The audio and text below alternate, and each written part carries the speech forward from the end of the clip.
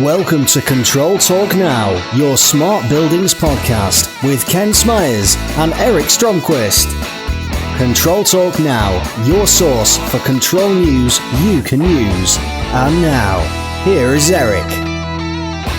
Welcome to Control Talk Now for the week ending July 26, 2015. My name is Eric Stromquist. I'm here to welcome you to the Smart Buildings videocast and podcast. I am joined, as usual, by my co-host, the one, the only, Kenny Smyers from Pittsburgh, Pennsylvania. Kenny, welcome to another week of Control Talk.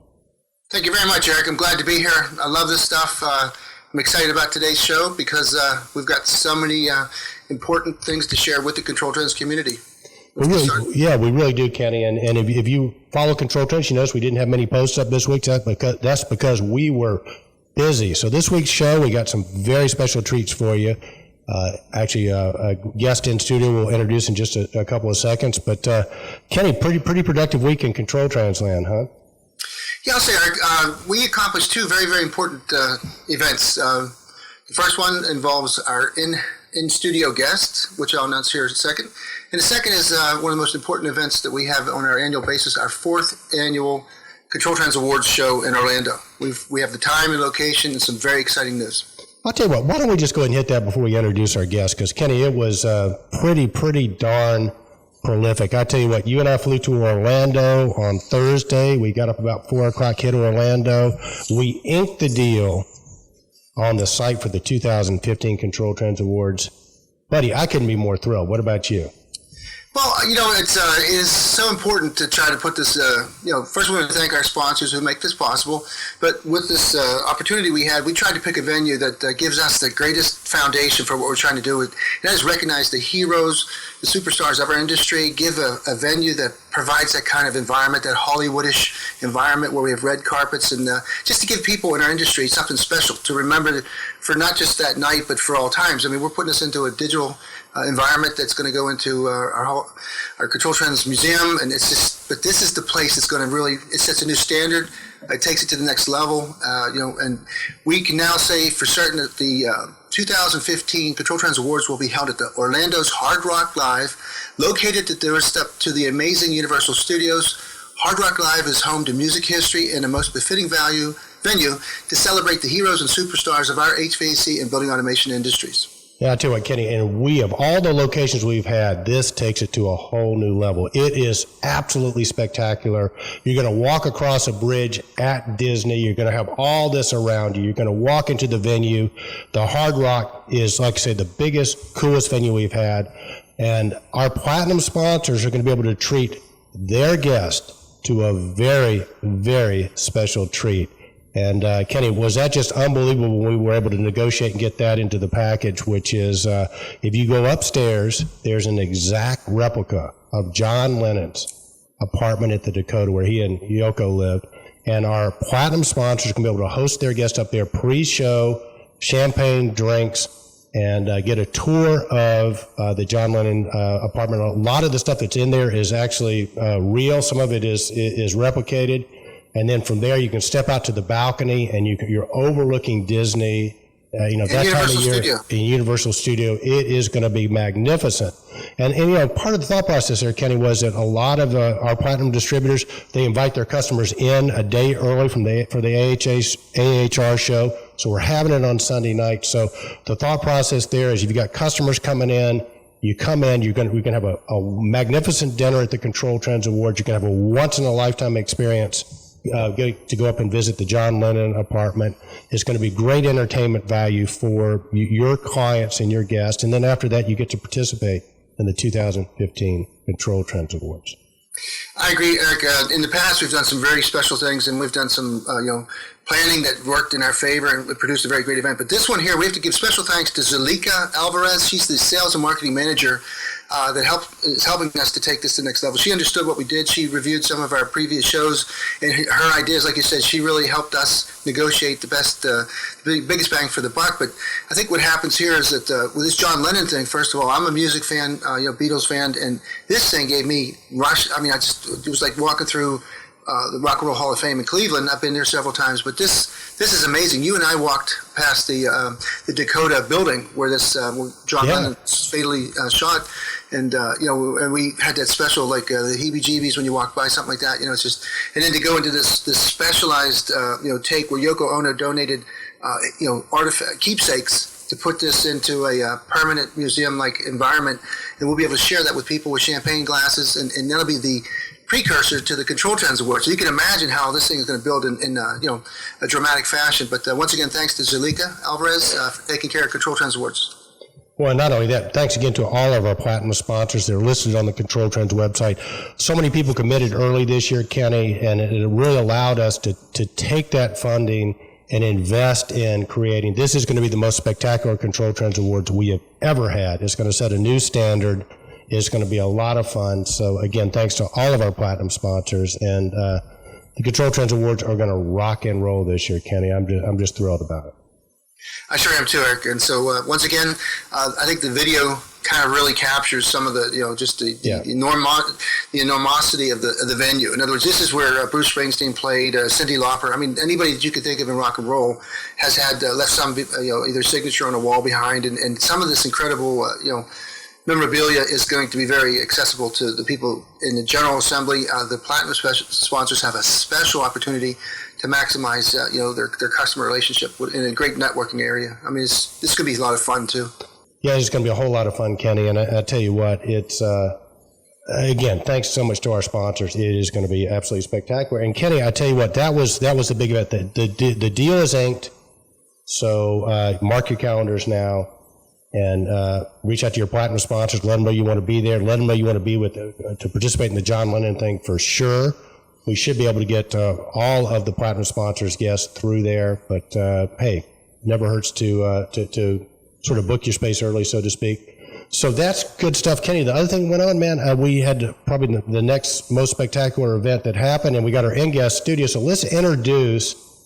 Kenny, let's introduce our guest and get him on, and let's start talking about one of the topics and trends we've been covering for a while and is going to keep getting bigger and bigger, which is cybersecurity. Certainly, Eric. The top three trends, cybersecurity has risen to the top of the apex, the very most important thing we're talking about. And I'd love to introduce our cyber evangelist and cybersecurity advocate, Mr. Fred Gordy, who has been so generous with his time and with his knowledge, and he's helping us to address some of the serious limb facts we have with cybersecurity. Fred, welcome to the show. Yeah, Fred, welcome to the show, buddy. Hey, guys. Thank y'all for letting me come in. I want to thank ControlTrends for the opportunity to spread the message, and I can't wait to talk about what we did this week. Just getting to know you guys a little better, and then also we had an opportunity to spend some time with Marc Petock. Yeah. And we're just going to talk cybersecurity and just no holds barred. Well, absolutely, Fred. And you have been instrumental in not only educating our community, but educating Ken and myself just about how just rampant this is running. And I tell you what, you saw I've got a Tesla in the driveway, and Tesla updates all their stuff, via wireless. And let's talk first of all about why my insurance rates are going up. What happened this week with the Jeep Cherokee, right? Yes, it was. The thing is, when I first heard about the Tesla firmware update coming out over the air, that paranoid side of me thought of you first, because that's a vulnerability. I know these guys are going to do everything they can to keep the a secure connection to your car, but still, using the Jeep Cherokee for an example, because that's one that I don't know if you've had an opportunity to look at that, and you guys that haven't, all you need to do is type in a search window for Cherokee hack, and this week. But that kind of really brought home the point that, and I got to say, the guy that was in the test, the guy driving the car, he took his life into his own hands. He sure did. Even though it was a controlled experience. Like I say, check it out, because the guy is literally going 70 miles an hour down the interstate, and these guys who are sitting on their couch hack into the system. They turn up the air conditioning first, they turn on some hip-hop music, and then they just cut the Jeep off. And, they also had access to the steering. they didn't do anything about it. And then it kind of finishes up with the guys disabling the brakes. So, you've been on my mind when the announcement about the Tesla. Beautiful car, but that's a vulnerability that you're going to have to keep in check. Well, it really is, Fred. And how hard? I mean, how hard was that hack? The particular hack, it's from what I can gather from watching the clip. Of course, none of us know without being there, but based on the things that I saw them doing on their computer, it wasn't a large stretch. I think anybody who's somewhat technically savvy, that you could sit down in probably about 30 or 40 minutes of playing with this particular stuff that they built, you could do it too. Well, I tell you what, Fred, I think there's so many misconceptions about vulnerability through building automation controls. And I want to ask you a question right off, because I was talking to arguably one of the guys in our industry that knows more about building automation controls than anything. And I mentioned to him, I said, well, what about this? He goes, nobody's ever hacked through a Jace before. That's just, it's a misconception. You shouldn't care about the Jace. You shouldn't worry about it. I'd like to get your opinion on it. I mean, how does that work, and how first of all, is that fact or fiction that nobody's hacked through a Jace and gotten through to the rest of somebody's system? To answer that holistically, technically, yes, they have. Now, have we heard of a national experience, national situation where, information was stolen and all that? We hadn't heard of it yet that we know of. And as a sidebar, let me mention that one of the statistics that really was scary to me the first time I saw it is the median number of days that somebody's in your system is 243. So It's not to say that it hasn't happened, an actual hacker did it. But it's been proven time and time again that it can be done. Now, taking that in consideration, when you hear the mindset that, well, nobody's ever done it or it hasn't happened, that's a false sense of security, and that's that sense of security that we as controls, integrators, vendors, so on and so forth, have permeated for the past 15 years. That mindset has got to change. Yeah. And, the article that I just posted on ControlTrends, it's called Patching Humans. That's a prime example. That, no offense to this guy, but he needs to be patched. Yeah, yeah. And well said. Go ahead, Ken. No, well said. I love that article. That was your third or fourth article. But yes, I love the way people need patched as well, because they need updated. I needed updated. I needed the patch that you gave Eric and I back, about a month or two ago, where you got the wheels turning. But you're absolutely right. People themselves, their understanding, their awareness of cybersecurity needs upgraded. Well, and the thing is, let's just say 10 years ago, so in that particular era, if you want to say, is the office worker, the control vendor, whoever the case may be, cybersecurity was the responsibility of IT. And we still have that misconception that is who's going to take care of us. The reality is, and you can go and look historically at the big hacks that have gotten out, those hacks have happened because a human either clicked an email he shouldn't, put a thumb drive in his machine that he shouldn't.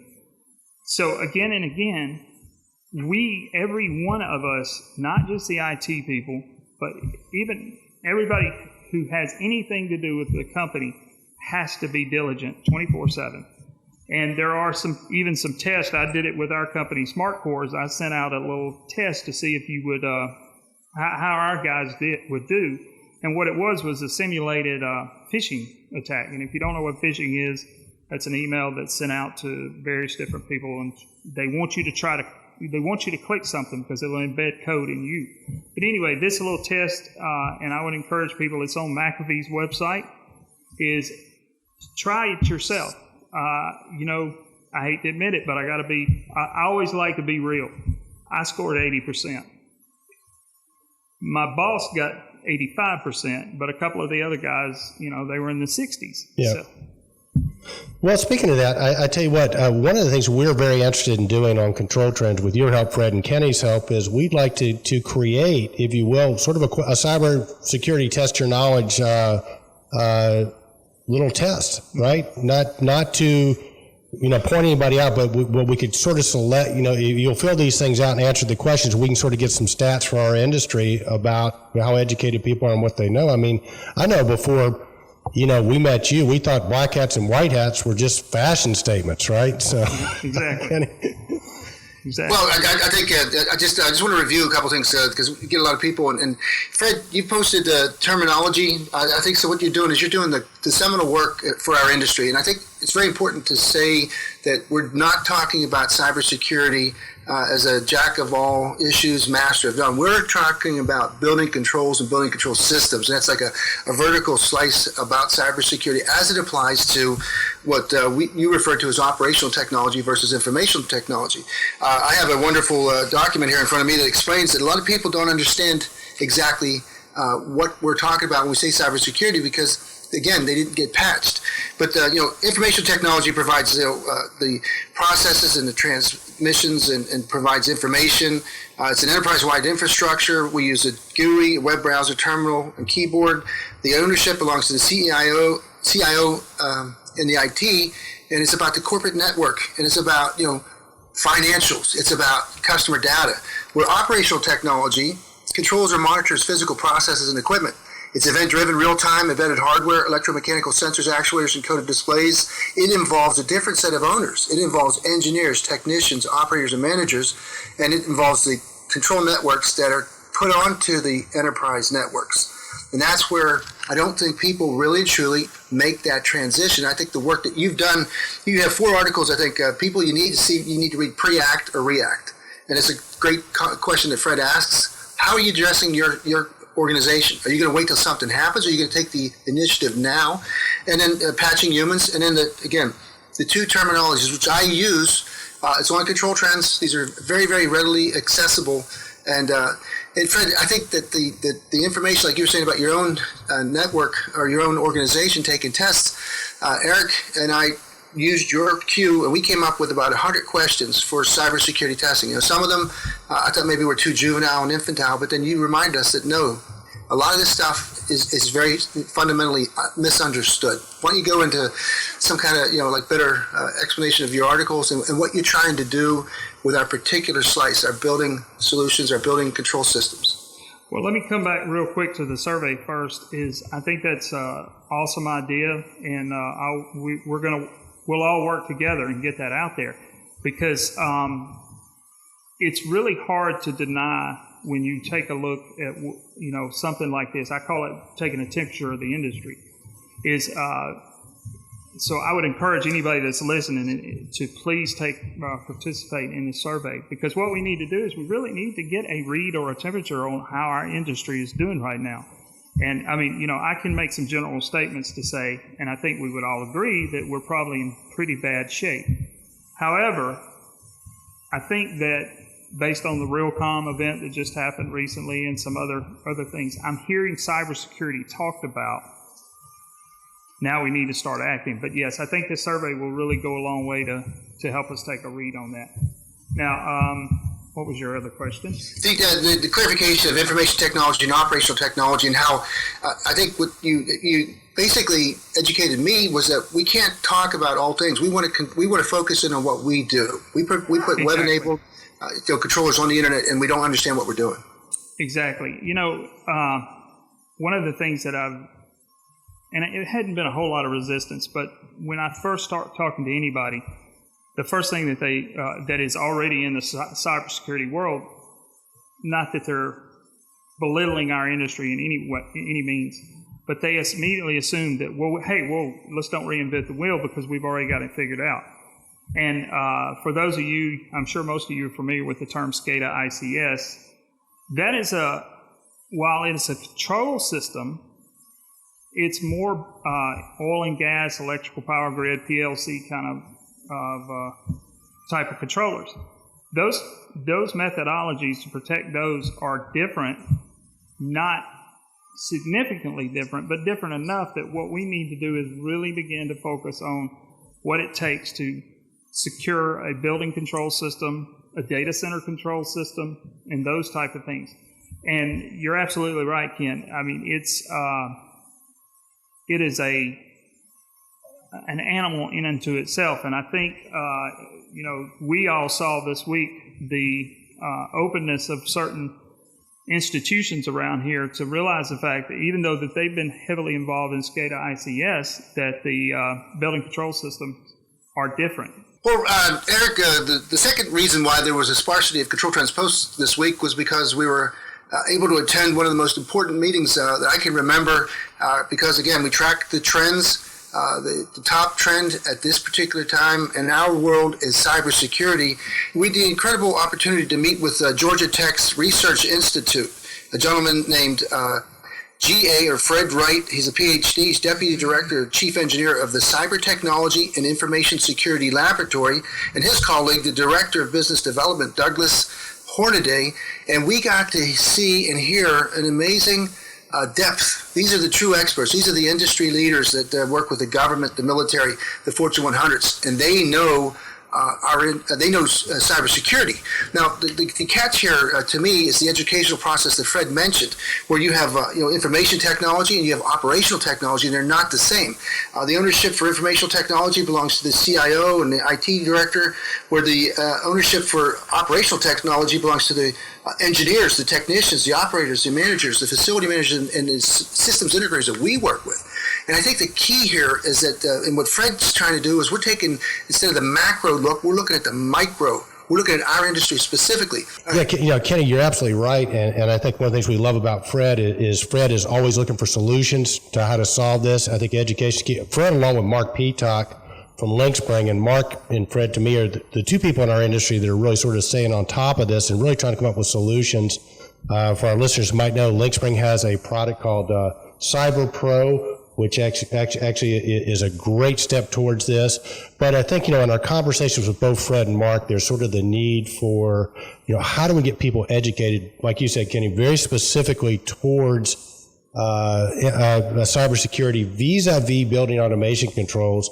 And, both Fred and Marc came into town.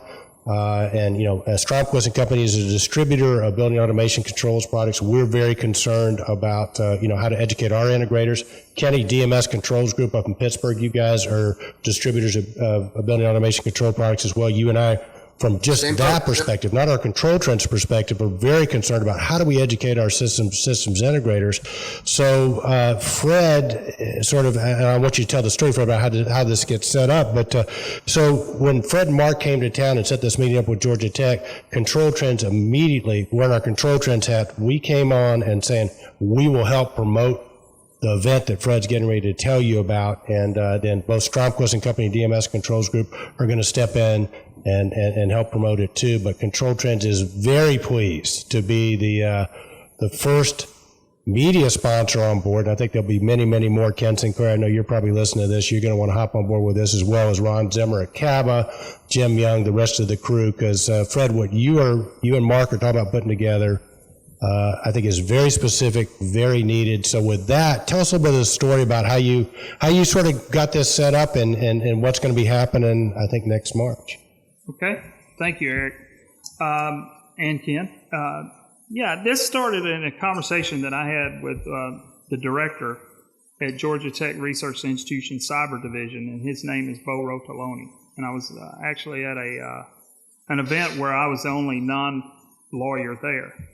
And I listened to him make a statement that hit me between the eyes, even though I knew it intellectually, is he made the statement that this is cybersecurity, or better yet, the attacks, cybersecurity or cyber attacks are a problem for which there is no solution. And so, I'm a kind of guy that, first off, I believe that there's a solution to any problem. But I have to agree with him. There is not a end-all, be-all solution for this. But however, there are a lot of things that we can do in education of ourselves.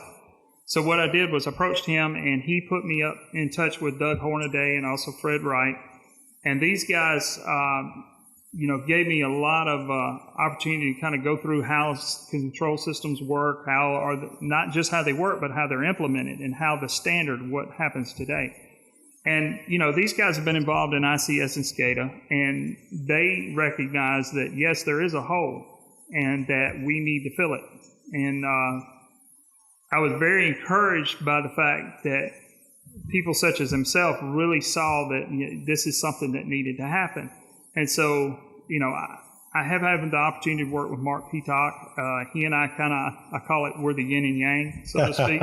Yep. Because I focus more on the social aspect, the human patching aspect, and he's with the CyberPro, that's a hardware software solution.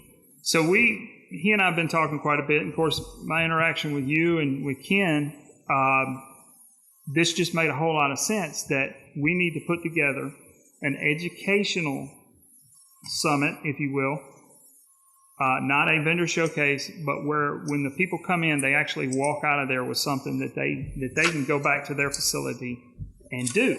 And so we're looking at March, somewhere near the end of March 2016. Georgia Tech has opened their facility to us, and they actually are going to participate and do some real-world scenario workshops and that kind of thing. And I can't emphasize enough, please, please, please, this is not an IT conference. This is a OT conference. This is a building control conference. So you don't have to be, an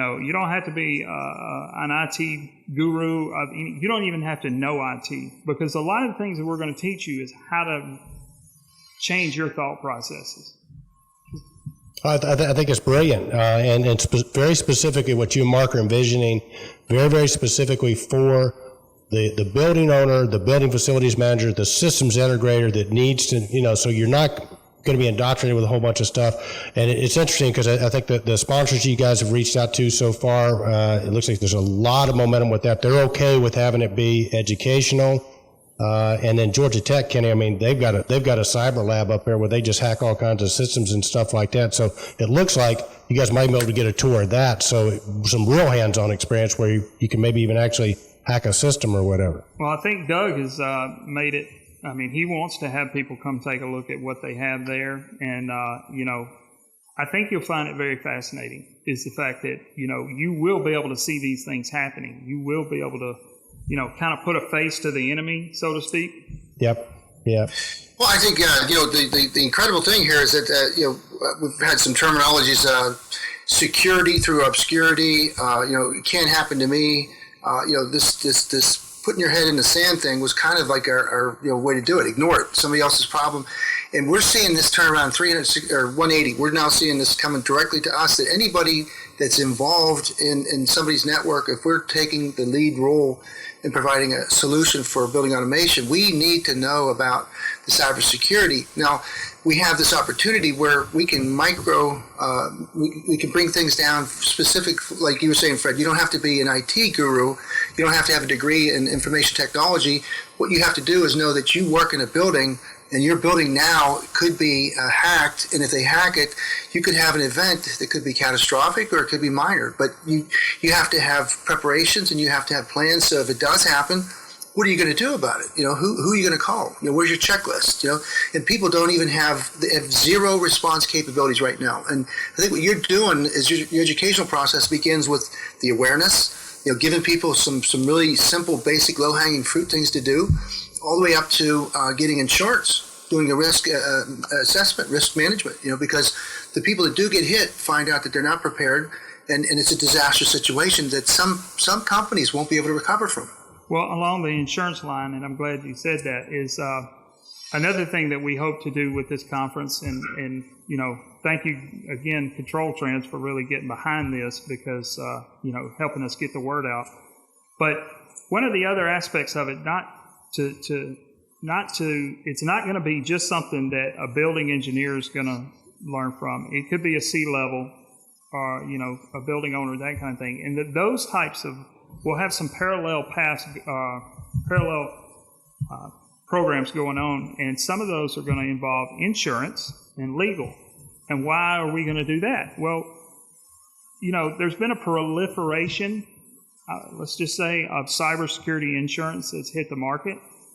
And not to sound like a broken record, but, you got to be careful. I put this in an article that some of these policies are very specific. And I use the analogy, you have to die at 4/24 on the 15th of a month in order for it to pay off. But so I know, Ken, you've got some information about insurance and some of the cyber stuff. Sure do. Mm-hmm. Can you tell us about that? Yeah, it's a small world, and like we came out of that meeting on Wednesday night, and I was definitely, I was both concerned and relieved because at first I didn't know how bad it was, and then I realized through your work and then seeing that there was a whole another league of play, that these people are responsible for getting us all informed to protect our infrastructure. Everybody has a role to play here, from the smallest strip mall to hospitals to schools. So this goes in and out of business. This goes through the mush market, municipalities, university schools, and hospitals. But it also involves places where you're controlling the flow of water. I mean, so the call I made was to my daughter, who's an actuary. She works at Travelers, and I said, what can you tell us about it? And she said, geez, that's amazingly, you talk about serendipity or synchronicity or whatever. Travelers Insurance has just released just a cyber division of insurance. And I'm on that website right now, and they have information that it becomes immediately accessible to all industries and business sizes. They have what they call a cyber risk and cyber first. And these are insurance policies, like you said, Fred, where they give you the onus is on you to decide what to do some of the homework, to determine your risk and liability. And they have broad cyber liability and expense reimbursement to cover complex needed technology companies, all the way down to the small business, where you're getting. That's probably it's almost in our building where you have a lot of vertical buildings. They represent 10-15% of our market, and the rest of them are small buildings. And that's probably where our sweet spot is. And Eric, you're so right about Stromquist and DMS Controls Group and other distributors. We have a role to play, and now we've got some good tangible information. We can refer to Fred's checklists and Fred's support, but also now we're going to be able to provide if people do need to get security or insurance. There's insurance companies have divisions and Well, hang on, Kenny. I want to make a special announcement right now that Stromquist and Company in the very near future will be offering cybersecurity policy with your building automation system. I'm being somewhat facetious, but I could see that. Who better than a building automation controls distributor to offer that as an option? So I think we could see that. I think to your point, and you made an interesting statement too, Kenny. I think you said that your daughter said this is the hottest potential growth area for insurance companies. They're seeing it. Absolutely, because look at the events and look, we have these formulas. We're going to put these in that test. We took Fred's examples, and we took your checklists, Fred, and we converted a lot of them into questions to give people some sort of a cyber quiz. What do you know about what do you know about cybersecurity? But we have these formulas: risk times liability equals what you should be paying for insurance. Because Target, for instance, now has, I believe, the total damages are at $1 billion minus the $300 million insurance they had. There's $700 million to the red. And so, you're everybody's gonna have to decide how they're gonna do it. But you need formulas, and you need things that these tables that actuaries are prepared to do, and that's what insurance companies are all about. So, based on your vulnerability, based on your risk assessments, you can get a specific policy now that hopefully, like you said, doesn't have any kind of tanglewood in it or whatever. But I just got an email from my insurance company that the insurance on the Tesla just went up tenfold. Well, are you serious? No, I'm teasing. But it's coming. It's got to be coming. Absolutely. I mean, think what your auto insurance companies are going to, if they're not thinking about that, they're nuts, because it's just a matter of time before somebody hacks into a car and, locks the doors and. Well, please, I want to interject something, and I'm a little hesitant to do it, but along that same lines of, your car insurance going up is, and we talked about something on Wednesday, and this little evil bit side of me, spidey senses or whatever you want to call it, is I'm trying to remember the exact thing that we were talking about, but I can use this as an analogy, is some of the contracts and stuff that I read, which I get an opportunity to see some very interesting contracts, and I'm telling you, the cyber language is being put into about 80% of the contracts that I see. With that said, there's some of these contracts require the company to have a cybersecurity. In other words, let me back up. A vendor to this particular building owner or whoever they're building the building for has requirements in there that say your company has to have verifiable annual cybersecurity awareness training programs. Okay, again, using the little paranoid, whatever you want to call it, that's a segue for an insurance company to say, we're not going to pay because you hadn't been doing your cybersecurity awareness training. And that's all speculation. Now, that's me just talking. It hasn't happened, but I wouldn't be surprised. No, you know what'll happen because the lawsuits are going to be just phenomenal, and insurance companies are notorious for looking for the loophole. And I think this is hopefully, Fred, part of what you guys are going to be hopefully getting covered at this Cyber Summit that you're going to be having in Atlanta, because I think what the integrators need and the people on our side of the house need is they just need straight answers. Because I tell you what, you look at some of these contracts, and if you don't know what you're looking for, and like I say, you've seen the documents, I guarantee you if a cyber attorney's writing a document for an insurance company or somebody else, it's not in your best interest. Oh, it's not. It's not. I mean, go ahead, Ken. Well, I just, the information that we're providing, according to Travelers' brand new Business Risk Index, cybersecurity rose from the number 5 threat in 2014 to the number 2 threat perceived by business leaders, with 55% most concerned about malicious and criminal attacks. And what we have now is we actually have a perspective provided by the insurance company of who's getting attacked and what the implications are and how serious and costly they are. I could read it from these tables or whatever, but the payment card industry, credit cards, financial, non-cards, others.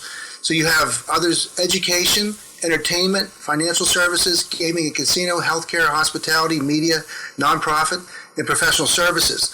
Now, what's happening is our databases are getting hacked, and then when people find out that their confidential information has been leaked, not necessarily even to somebody that's going to hack in and try to go after them individually, but selling their information is is a form of hacking where they're taking these confidential files and this data, the data mining areas that were previously confidential now being exposed out to the internet. So these are astronomical claims. These aren't little claims. These aren't like the fire burnt half the building. It's going to cost $500,000 to repair it and bring it back to new, make it whole again. These are perceptual things. These are things where a good lawyer is going to go out there and he's going to nail somebody and put them out of business for every dime they have, because the HIV records for this very sensitive area has been sold to somebody that other people are willing to pay to get that information to impact their Dude, just that point. I mean, the Ashley Madison site that got hacked, and I know nothing about Ashley Madison other than what I've read, but Ashley Madison apparently is a website where married people go, they put their profiles up and they hook up with other married people, right? Well, that got hacked, right? Mm-hmm. So they're putting that information out about, some married guy that, they got married. Now, if it's me or you or Fred, nobody's going to care, but some senator or something like that, I'm telling you what, you gotta have a feeling that, the insurance industry is seeing cyber attacks as a big boon for their industry. The legal industry has just got to be just doing backflips over this thing, right? I mean, think about the lawsuits and the liability and the damages that are going to go into that. I mean, right, Fred? Exactly. And you bring up a good point with the Ashley Madison thing, is not all hacks are for the sake of taking a system offline. Right. It's not for the sake of even, credit card information. That particular hack, I don't know, there's people have classified it different ways, but it's, it's blackmail. Yeah. That's what it is. And then just this week after that one, the U.S. Census Bureau got hacked. I don't know if you guys heard about that. No. Yes. I mean, the information that these guys got wasn't anything that, it doesn't look like it was anything really that can help the hacker, but you need to understand who it was and what their motivation is. And if you haven't heard of the hacker group or the hack abyss called Anonymous, you need to check them out, because these guys have no financial motivation. They are strictly, their protest is through hacking. So what they were doing was letting the government know, we can get you. Yeah. So, but the thing is when we're talking about all these different things that are hacked, and the Ashley Madison, the Census Bureau, and those kind of things, I'm always concerned that people in our community, when they hear that, they say, well, that's another industry that doesn't have anything to do with this. You've got to remember that a control system is and can be a jumping off point for the corporate network or whatever. Bingo. Yeah. And that was the case in a lot of these banking, professional services, manufacturing, transportation, healthcare. In other words, we've got to help educate our folks and things that we're responsible for, so we're not creating that pivot point or jumping off point.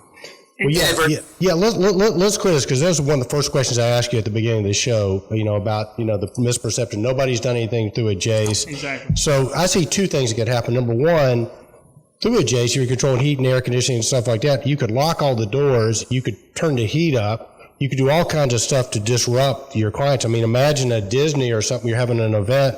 I mean, somebody could let's not imagine that at all. Let's imagine let's imagine something else. Well, hey, let's go to Stuxnet, the actual thing that happened. Yeah, talk about that, Kenny. Well, again, Fred, you probably know more than I do, but the way I understand it was a USB thumb drive introduced into a PLC that introduced malware. The malware caused the centrifuges to operate improperly, very similar to a compressor turning off and on and the head pressure not being relieved.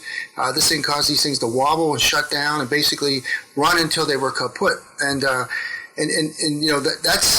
to me, again, it seems like it's magic, but it's not. It's reality. Well, yeah. Tell us, how do we learn from that? I mean, what does that mean to us in our industry?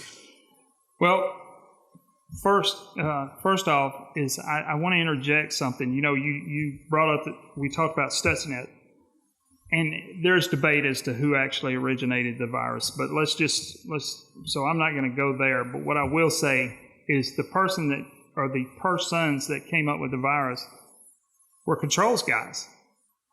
Okay, and I hate to say this because you watch TV and when they show a murder, it's like, well, you're giving them an idea on how to do it. Reality is every programmer, which I am one, could be a bad guy, because what Stuxnet did was basically mimic a good operating system.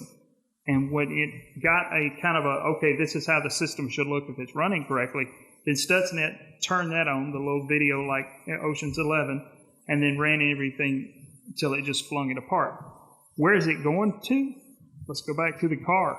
We're not that far from having, and we may actually, may have actually already happened, we just don't know it yet. But we're not too far from having one of these attacks kill somebody. Yeah. And I'm not trying to scare people, but you need to be aware that it just only escalates.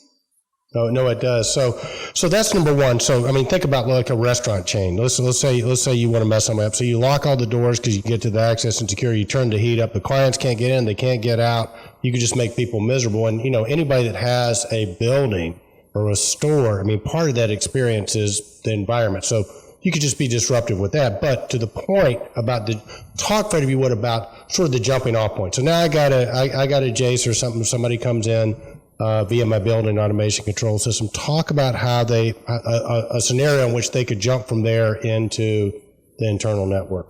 Okay, there's a couple of ways, and one of them is, and this is one that I'm sure we're all familiar with, is building control system went into a building. It's on its own standalone network. All the controllers and everything are hooked on that network. The people inside the building, or the actual tenants or whatever you want, they want to see it. So the fix for that is one of two ways. Is you either go in and you stick a second network card in there and you bridge the two networks. So now what happens is anything that's on this network could bleed over into the other network.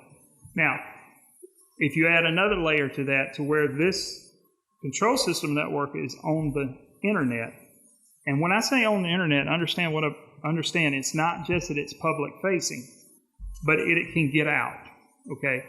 If these people can access their network from inside the building and then go home and access the network, the building control network, that's a wide open door, because now you can inject things into the control system that could possibly, and more than likely has already happened, has bled over into the corporate network. That's one way. Another way is if it's totally segmented, meaning you have a control systems network and it's not attached to the corporate network. That same thing, when I say injecting, what that means is there's bad code put into the control system. So you as an outside user, if you access it, all you got to do is touch it. Most of these control systems download a payload to your machine, where that bad code can come in that way. So those are easy. Those are things we know for sure happen and can happen. No, well said, Fred. Well said.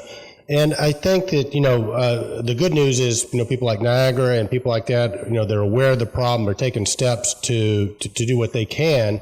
But I think at the end of the day, like you said in your human thing, it's going to come down.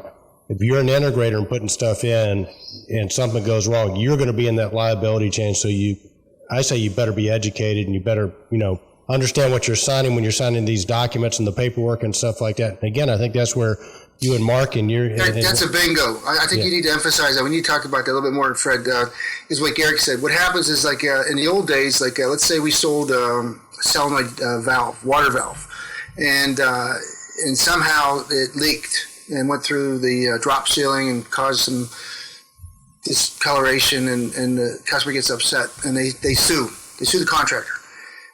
What happens is the contractors in that suit, that little, that goes contractor, distributor, manufacturer, and even though we had nothing to do with it, and the solenoid valve stuck open because there was grit or some kind of debris that prevented the seat from sitting down, we were part of that. Our insurance company had to make a contribution to the remedy. So you're exactly right. There's going to be a string. It's not going to be any one person. It's going to be anybody that had insurance or was supposed to have insurance. So we're seeing this evolve. That's to me, that's the critical stuff. That's why what Fred's doing is such a the seminal documentation now is giving everybody that wake-up call and a call to action. What we need now is like Jim Young says about technology. Technology's here. It's been here. We just need people to realize it and budget. Fred, let's talk about the budget for a second. This is all about the dollars and out of sight, out of mind. That kind of budgeting is so famous for security, for instance. When everybody's scared, they're not hesitant to put a bunch of money into a budget to provide contract security and additional beef up security. But the second that pain subsides, boom, first thing off the budget will be the security measures. Cybersecurity now is, like you said, it's never going to go away, and so we need to introduce this economic reality where you're going to do your risk liability equation and budget for it. You're going to start getting insurance. You're going to start having a cybersecurity awareness program. You're going to have a cybersecurity internal champion that's going to monitor your compliance. You're going to have somebody that's going to go around and check people's passwords every month, right? Exactly right. And one of the things as it relates to budgetary is you need to start looking at this a little differently. If you're a systems integrator, it's not a thing that you necessarily can monetize. I had somebody ask me that one time. How do you monetize what you're doing? To me, it's a cost of doing business now. It's not something that you can... I'm not saying you can't, but it's not like you go into your customer and say, we can put in a control system, and oh, by the way, we can make it secure for an additional fee. Well, you got to kind of figure that in going in. So that's an aspect of it. From a company who supplies a service, or hate to pick on Target, but in that particular case, again, cost of doing business. But there's another layer there, even for the system integrator, is brand damage. See, you can't put a value on brand damage. That's true. Because if I can sit here and, there's a stat that says the average cost of a breach is $145. I mean, some people say it's more, some people say it's less. Well, you multiply that times 1 million records, it's $145 million per record. Okay.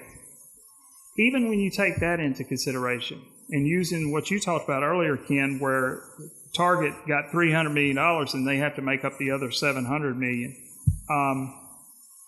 how are you going to make that up if you don't have any company? Because nobody wants to do business with you. Because they don't trust you. Sales are down, right? The confidence is lost. The consumer's going elsewhere, right? Exactly. No, very well said. Very well said. Okay, so Fred, really, really great stuff. We're sort of getting up against the time-wise. Hey, Fred, now you're with SmartCore. Tell us about what you guys do. Well, SmartCore is a unique animal in the fact that they take a holistic approach to network as it relates to not only the control side, but also access control, surveillance, fire, life safety, that kind of thing. But at SmartCore, we are a Cisco house. And the guys that I work with, I got to give them a lot of credit. They know a lot more stuff about networks than I do. I've been out of the IT world since 2000. But anyway, So what we've started doing is, again, taking that holistic security approach to a network for customers to put in the control system and that kind of thing.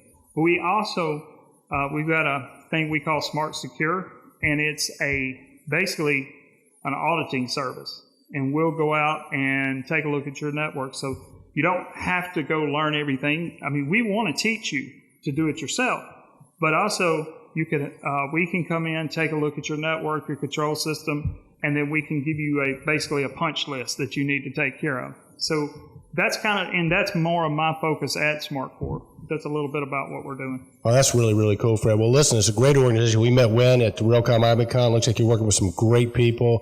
And listen, so how do people get hold of you guys? At SmartCore.com, or if somebody wants to do one of these audits, what's the best way for them to get hold of you guys? A couple of ways is our new website's up now, and it's SmartCore.com. But you're more than welcome to contact me directly at fred.gordy@smartcore.com. Very, very, very cool. Well, Kenny, I tell you what, it's control trends is one of the trends we're tracking. Is very, very important that we continue to get awareness. So, Fred, you guys have our 100% support with the Cybersecurity Conference in March. For our listeners out there, hey, Atlanta's a great place to visit. March, it's usually pretty darn warm. I think you guys were saying it was going to be kind of short, where you can come in maybe on like a weekend, spend the weekend in Atlanta, hang out. You sound like maybe a Monday, Tuesday afternoon, you're back out, something like that. That's what we're shooting for, yeah. Yeah, I think it's going to be absolutely spectacular. So you have 100% support from the ControlTrends community, and I feel sure that when guys like Ken Sinclair and Ron Zimmer and the rest of them find out about it, they're going to get behind this as well. Awesome. So that's going to be great. And I think it's important enough, Kenny, that what I propose, I want to cycle back down to the ControlTrends Awards real quick. Kenny, with your permission, what I would like to suggest we do is to bring awareness to this. I think at the 2015 ControlTrends Awards, Fred, because of all the stuff you're doing in the community, we'd like to invite you to create a cybersecurity superhero award, whatever you want to call it. But basically, instead of a product, it would be an individual that is, forwarding awareness in our industry vis-a-vis cybersecurity, and that will be your award to name and to give out. Guys, thank you. I mean, that's an awesome opportunity, and ControlTrends has always shown that they are a thought leader, and I really appreciate the opportunity. And as we were sitting here and you were saying that, kind of a humorous note, my boss uses this term, Fred, you've been pushing rope for about 4 years. And I don't know if you guys understand what that means, but when he told me that, I was like, you're absolutely right. So maybe it's not saying this is the name, but the Push and Rope Award or something. But basically what that means is you're pushing. You don't have to be an IT guru to get this award. You just have to be a champion and a strong champion of making our industry better. Well, I tell you what, through you and Jim Young and others, we've met some of these people. I mean, like Billy the Kid Rios. I mean, there's so many great individuals that are really sort of specialized. I think you're going to have a hard time picking a winner this year. I'm going to tell you, the opportunity to get to know these guys has been just, I couldn't have paid for it. Billy Rios, Terry McCorkle, Monzi Mirza. I mean, I could go on and on. And, these are the guys who, the way I look at it, they're the SEAL Team 6. Yeah. Well, we've talked to Fred in the past. Kenny and I want to give you wide berth here, and to all those names you've mentioned. Look, we got a studio here, as you see. We can bring more people in, but people either in studio or via Skype. Please let those people know that through you and through us, they have a window into the BAS world, and for our community out there. Please to help support these guys as they do this stuff. The Cybersecurity Summit is going to be spectacular. We will keep the community posted on that, but it's going to be in March next year.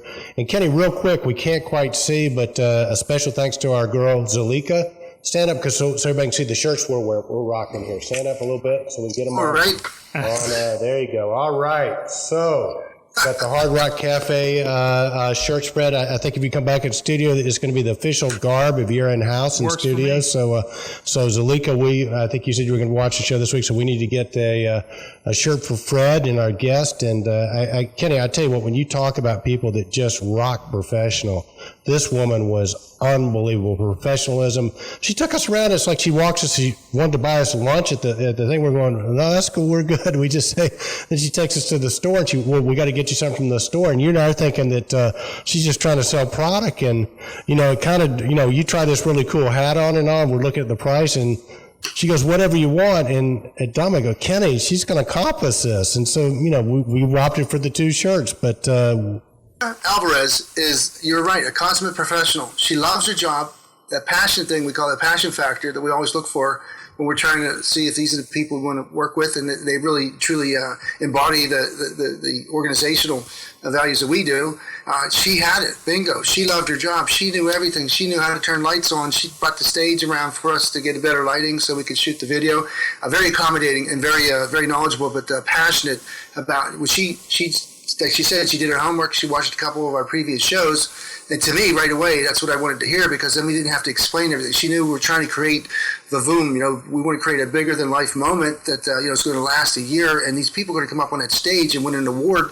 There's going to be disappointed people out there because they're going to compete for it. And they're all great. So when we talk about how everybody's a winner, anybody comes in this venue here has a ticket to come in, particularly You're going to be getting an award on the same stage as some of these great bands and performers. You're going to be on the same stage getting those awards. So it's going to rock and roll. Can't wait for that. Again, special thanks to our ControlTrends Awards sponsors. We got one post we got to cover. Oh, let's hit it. We got the new power meter from Dent Instruments, and you did an interview with Mr. Tim Van Slambrook, you talk about passion again too. I'll just very quickly summarize Dent. These guys make some of the finest metering equipment in the world. They have their Elite Pro series. They have their Power Scout series.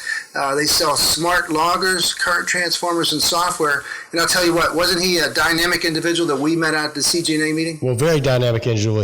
Dent Instruments is one of the preferred vendors at CGNA. And Fred, back when you were doing Big Data, you hear it all the time. You did a lot of energy metering and monitoring in your time too, I'm guessing. Yes, I did. I did a whole lot. That was kind of more or less my primary focus at the time. So did you ever use any Dent? Did you ever have the opportunity to use any Dent? I haven't, but I would like to take a look at it because, I've heard some good things about it. Well, listen, I'll tell you what. All I can tell you is when you want to do Dent, my price will be 10% lower than Kenny's. Well, you're close, too. No, I'm just teasing about. Check these guys out, dentinstruments.com. And with that, Kenny Smyers, we got to do the very special exit. We'll see if Fred's been paying attention, if he knows the secret handshake, so to speak. So here we go. We're gonna do the outro right now. So that's it. Another week of Control Talk Now, the Smart Buildings video and podcast for the week ending July 26, 2015. I am Eric Stromquist. He is Ken Smyers, and we have been joined by Fred Gordy. Thanks so much for tuning in. We'll see you next week. And remember, stay in control. Indeed, Eric. Indeed, Kenny Smyers. You got do that again. What? You got to say indeed, Kenny Smyers. It's a signature sign-off. Okay, so we'll just do it. Okay, so remember, stay in control. Indeed, Eric. Indeed, Kenny Smyers. There you go. Big fun.